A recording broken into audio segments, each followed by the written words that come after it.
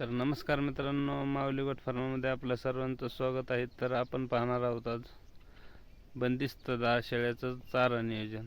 तर 10 शेळ्यांसाठी आपण व्यवस्थित चारा नियोजन करणं गरजेचं आहे. आणि जर आपल्याला बंदिस्त नवीन जर करायचं असेल तर आपण अगोदर पावसाळ्याचा व्हायना चारा लावायला पाहिजे आणि आपण हिवाळ्यात शेळ्या आणायला पाहिजेत.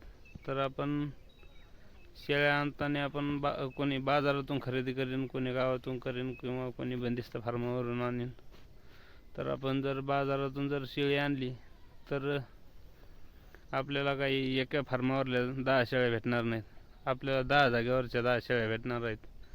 तर त्यांना चाऱ्याचं नियोजन जर करायचं म्हणलं तर त्यांना चारा, तर सर्व शेळ्या एक चारा खाणार नाहीत. म्हणजे त्यांना आपण म्हणलो नुसतं गिन्नी गवत असो, इंडोनेशियन स्मार्ट नेपियर असो, कोणी तुती खाईन, कोणी नेपियर खाईन, कोणी मका खाईन. म्हणजे असं काही 100% सर्व शेळ्या खाऊ शकत नाहीत. आणि बंदिस्त फार्मावरती आपण 10 शेळ्यांसाठी अर्धा एकर चारा नियोजन पाहिजे. आणि अर्धा एकर चारा जर लावला, 25-30 गुंठे जरी आपण चारा लावला तरी बी तो काय वायाला जाणार नाही, आपला शिल्लक राहणार नाही.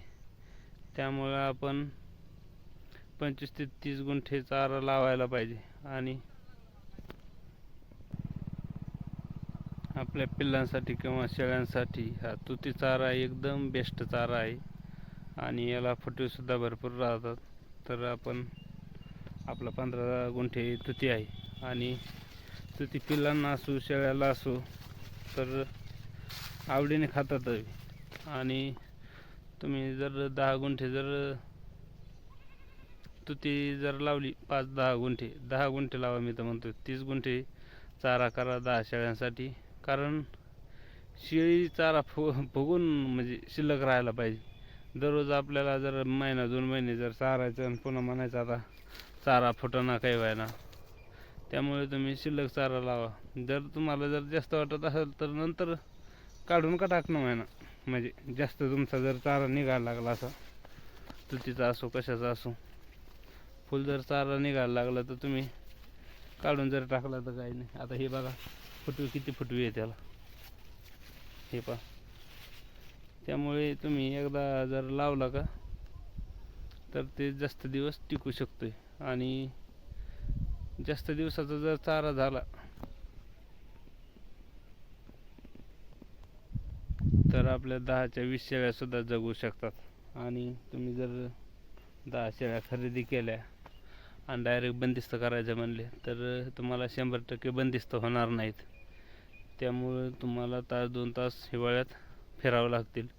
आणि तसं करून म्हणजे 5-6 महिने जर फिरवल्या थोड्या तास 2 तास, तास 2 तास, तर त्या शेळ्या सेट होणार आहेत. आणि त्यांचे जर 10 शेळ्याचे जर 20 पिल्ले जर झाले तर 20 पिल्ल्यातून आपले 10 पाठी होतील. आणि 10 बोकड आपण उदाहरणार्थ सरासरी 50% धरलं तर त्या आपण पाठीचे जर आपण शेळ्या तयार केल्या, म्हणजे त्या आपण वर्षभर सांभाळल्या आणि गाभण राहिल्या, तर आपण हे जरी शेळ्या विकून जरी टाकल्यानंतर तरी त्या आपण बंदिस्त आपण जागेवर शेळ्या आपण सांभाळलेल्या असतात ना आपल्या फार्मवर, त्यामुळे त्यांना आपण जे काही टाकत असतो त्यांना त्याच्यापासूनच सवय लागते.